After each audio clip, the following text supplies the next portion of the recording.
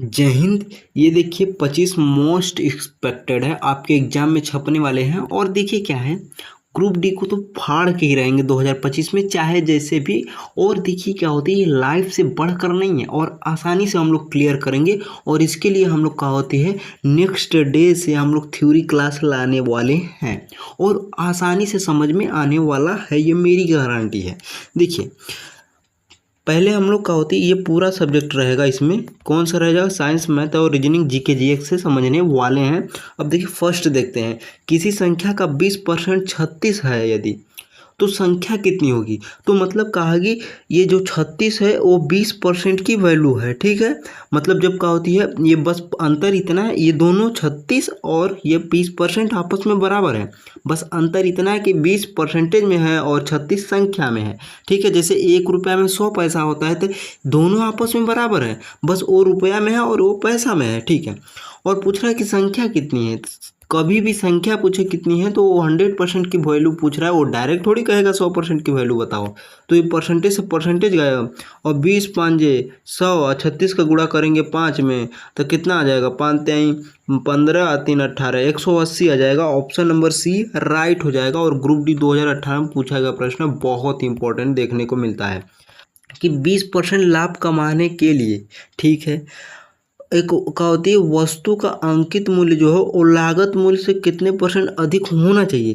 देखिए अंकित मूल्य का मतलब होता है कितना में बेचना है, और लागत मूल्य का मतलब होता है कितना में खरीदे हैं। देखिए लागत मूल्य हमेशा 100% होता है, मतलब कितना में खरीदे हैं वो होता है लागत मूल्य। और हमें 20% लाभ कमाना है, तो 100% में खरीदे हैं तो 20 का लाभ कमाने के लिए मतलब क्या होगा, 100% में 20 जोड़ेंगे तो 120% में बेचना होगा। लेकिन ये पूछ रहा है कि अंकित मूल्य जो होती है, ये अंकित मूल्य है, ठीक है। ये लागत मूल्य से कितने % अधिक होना चाहिए। तो देखिए लागत मूल्य से कितने % अधिक है, 100% का होती है 20% आपको देखने को मिल रहा है कि 20% अधिक है। तो ऑप्शन नंबर क्या हो जाएगा, बी राइट हो जाएगा। अब देखिए ए एक काम को 12 दिन में करता है और बी उसी काम को 18 दिन में करता है, दोनों मिलकर काम को कितने दिन में करेंगे। बहुत सिंपल है, देखिए कैसे हो, ऐसे प्रश्नों कैसे करते हैं। ये मान लीजिए ए है और ये बी है, और ए का होती है 12 दिन में किसी काम कर रहा है और बी 18 दिन में इसी काम कर रहा है। तो क्या होती है, टोटल काम निकालना है तो 12 और 18 का एलसीएम लेंगे तो 36 आ जाता है। टोटल 36 काम करना है दोनों को मिलकर।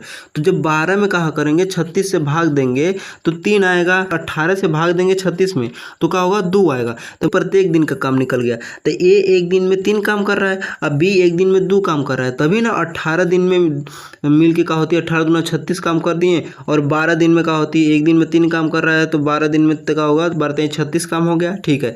तो ए और बी अकेले अकेले कर रहे हैं, ए अकेले करेगा तो 3 काम करेगा, अब बी अकेले करेगा एक दिन तो 2 काम करेगा।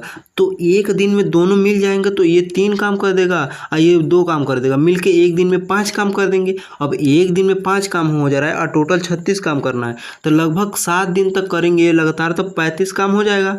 7 दिन लगातार करेंगे तो 35 काम हो जाएगा। बस एक काम और बचना है, 36 टोटल है, 35 हो गया है, बस एक काम और बचा है तो 7 से थोड़ा ज़्यादा होगा, तो यही 7.2 हो जाएगा। हालांकि 36 में एक दिन से ये टोटल काम है, हाई एक दिन में जितना काम कर रहा है, तो 5 7 35 हो जाएगा, 2 एक बचा, 5 दूना 10, 7.2 हो जाएगा। ऑप्शन नंबर क्या हो जाएगा, बी राइट हो जाएगा। बहुत इंपॉर्टेंट है। देखिए एक ट्रेन क्या होती है, एक ट्रेन 90 किमी प्रति सेकंड की गति से 10 सेकंड में खंबे को पार करती है, तो ट्रेन की लंबाई क्या है। जब खंबा कैसा होता है, अरे ऐसा ही तो खंबा होता है, बस ऐसा ही तो रहेगा, ये खंबा है, ठीक है, यहाँ ट्रेन है, ठीक है। अब इसको पार करेगी तो अब ट्रेन अपने लंबाई के बराबर ही पार करती है। खंभा बहुत पतला होता है तो ट्रेन ऐसे गई तो अपनी लंबाई को जब पूरा कहोगे पार कर देगा, अपनी लंबाई टोटल पार कर देगा, इस पार से इस पार आएगी तभी ना ट्रेन पार कर दी खंभा को। अब कहा कि कौन कहेगा कि ट्रेन पार कर दी है, ये पार कर दी है कि बीचों बीच है, नहीं ये बीचों बीच है।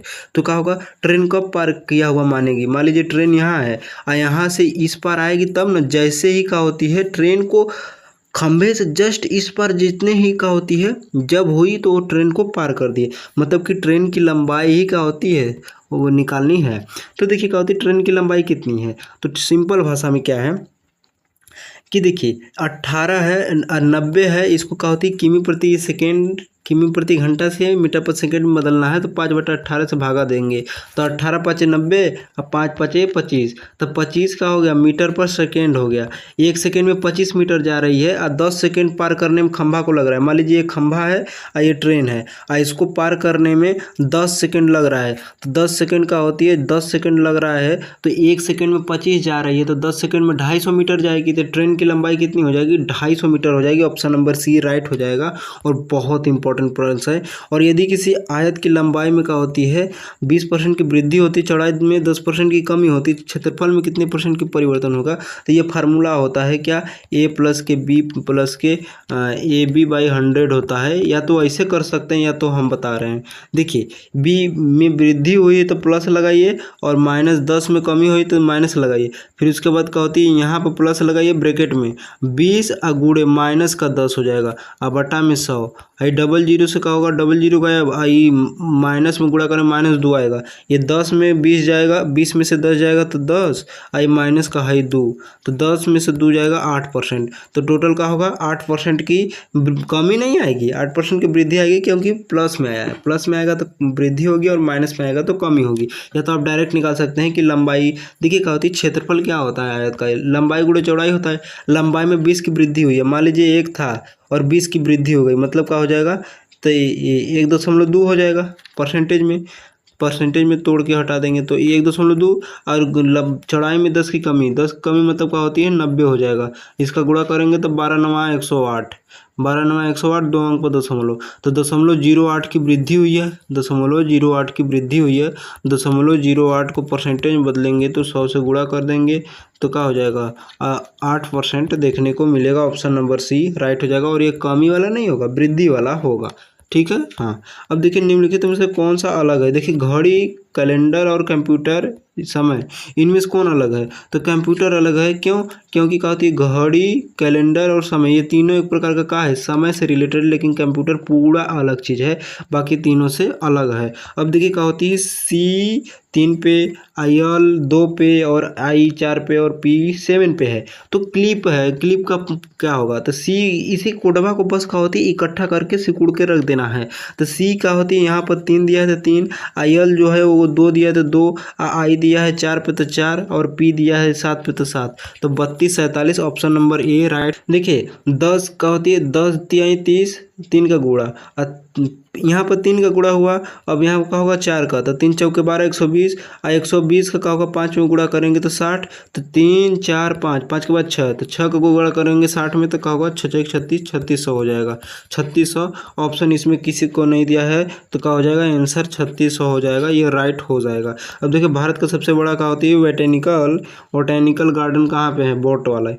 बोटेनिकल गार्डन जो होती है हावड़ा में देखने को मिलता है। भारतीय वनस्पतिक उद्यान जो होती है हावड़ा पश्चिम बंगाल में देखने को मिलता है। और पानी का रासायनिक सूत्र H2O होता है और H2O मतलब जल का pH मान जो होता है वो 7 होता है। 7 दिन पानी पीने की नीड होती है।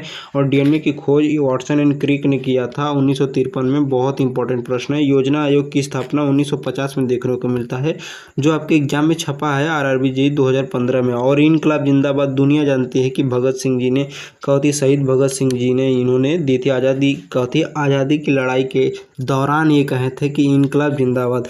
मानव शरीर में आरबीसी का जीवन काल जो होता है 120 दिन देखने को मिलता है। बहुत इंपॉर्टेंट प्रश्न है, बहुत बार पूछा गया है। और क्या होती है? भारत की सबसे लंबी नदी पुल भूपेन हजारिका सेतु जो होती है असम में ब्रह्मपुत्र नदी पे है। ये क्या होती है? ये ब्रह्मपुत्र नदी है, उसी पे क्या होती है? ये बनाई गई है भूपेन हजारिका। सीपीयू का फुल फॉर्म क्या है? सेंट्रल प्रोसेसिंग यूनिट होती है। बहुत इंपॉर्टेंट प्रश्न आपके एग्जाम में छेद करने वाला है। और क्या होती है? सीपीयू को ही क्या होती है? कंप्यूटर का मस्तिष्क कहा जाता है, कंप्यूटर का दिमाग कहा जाता है। ये क्या होती है? क्योंकि प्रोसेस करता है, मस्तिष्क में ही क्या होती है? प्रोसेसिंग होती है, इसीलिए सीपीयू का होती है सेंट्रल, ये क्या होती है? प्रोसेसिंग यूनिट है, सेंट्रल की प्रोसेसिंग यूनिट है। ठीक है, हाँ। अब देखिए न्यूटन का तीसरा नियम क्या कहता है? बस क्रिया के प्रति होती है विपरीत प्रतिक्रिया। क्या होती है? हर क्रिया के बराबर विपरीत प्रतिक्रिया। मतलब कोई आपको 4 थप्पड़ मार रहा है तो आप भी 4 थप्पड़ मारिए, तो जैसा एक्शन है वैसा रिएक्शन है, दैट्स इट। क्या होती है? सूर्य का प्रकाश पृथ्वी तक आने में कितनी देर लगता है? तो 8 दूना 16, तो 8 मिनट 16 सेकंड लगता है। कहीं कहीं 8 मिनट 20 सेकंड देखने को मिलता है। ऑप्शन के अकॉर्डिंग जाए। आएंगे। तो इसमें 8 मिनट 16 नहीं दिया है, तो 8 मिनट 20 सेकंड मारेंगे, ऑप्शन नंबर बी राइट हो जाएगा। अब देखिए क्या होती है सबसे हल्की धातु, देखिए पूछेगा सबसे हल्की गैस पूछेगा, अगर गैस पूछेगा सबसे हल्की तो हाइड्रोजन होती है, लेकिन धातु पूछेगा तो लिथियम हो जाएगा। एलाई लाई लाई ऐसे भी खाने वाला जो लाई दाना होता है वो बहुत ही हल्का होता है। तो क्या होती है भारत का राष्ट्रीय पशु बाघ देखने को मिलता है, जो गौरव का प्रतीक होती है और इसीलिए बनाया गया है। संसद के संयुक्त सत्र की अध्यक्षता कौन करता है, तो लोकसभा जो होता है वो संयुक्त का होती है, सत्र की अध्यक्षता करता है। भारत की सबसे लंबी नदी गंगा नदी देखने को मिलती है, बहुत इंपॉर्टेंट प्रश्न होती है। विटामिन सी का अच्छा स्रोत कौन सा है, जाहिर सी बात है खट्टा वाला होगा, तो नींबू इसमें खट्टा, और थोड़ी नहीं सब आलू गाजर खट्टा देखने को मिलता है। नींबू संतरे में प्रचुर मात्रा में विटामिन सी पाया जाता है। ओजोन परत पृथ्वी को किससे बचाती है, ओजोन परत पृथ्वी को किससे बचाती है। मान लीजिए ओजोन परत है और ये सूर्य है और यह कहती है अर्थ है, तो ये क्या होती है यहाँ से अल्ट्रा वायलेट जो होती है, यू के बाद क्या आता है भी, तो यूवी किरणें जो होती है पराबैंगनी किरणों को क्या होती है इसे भेज देती है कि पृथ्वी पर ना आओ बाबू, क्यों, क्योंकि यहाँ पर रहने वाले लोगों को कैंसर हो सकता है, इसलिए बचाती है। तो अल्ट्रा वायलेट किरणों से बचाती है। और आप बताइए